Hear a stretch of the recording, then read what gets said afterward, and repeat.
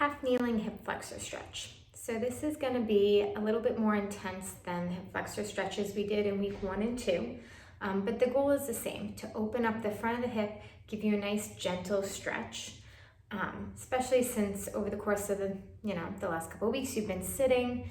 Hips tend to get tight. That tends to yank on the back and create some back tightness. So opening up the fronts of the hips can actually help relieve some tension or some pain in the back. So all you need is a chair, a couch, something that you can hold on to so you don't really have to work on balance, all right? You have something you can rely on. We're gonna come into a half kneeling position. The leg closest to your support is gonna go forwards. Back leg, personal preference if you want the toes dug under, or if you want it relaxed, whatever feels more comfortable for your knee. And you're probably, if you don't have a soft floor, want to put a pillow or a mat under your knee so that the kneecap's not hitting a hard surface. So from here, we're going to be looking at the positioning of the pelvis. So we're going to be putting the pelvis into a small posterior tilt in order to get a stretch through the quad and up through the front of the hip.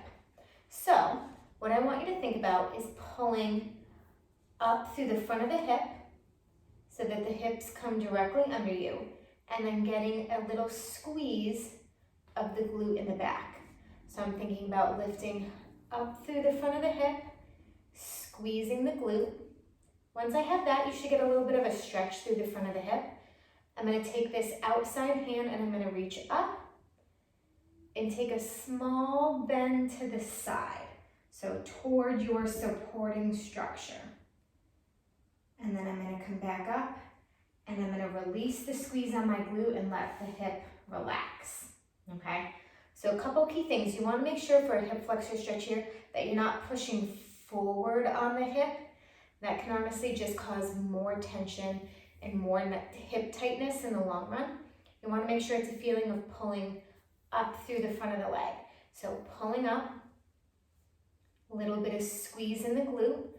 You should feel a nice, easy stretch.